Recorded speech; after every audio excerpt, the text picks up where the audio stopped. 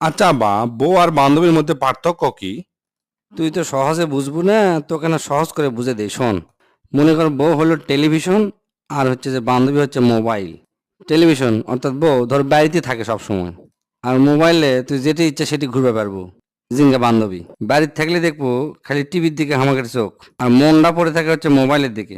সেজন্য ঘরত কি আর বাইরে কি, মোবাইলে হয় আসল সঙ্গী। বাড়িতে থাকলে টিভি অর্থাৎ বউ সব সময় দেখবার মন চায় না, খালি ধরে খেলার খবর, নিউজ, এগুলা দেখেই শেষ, আর দেখবার মন চায় না।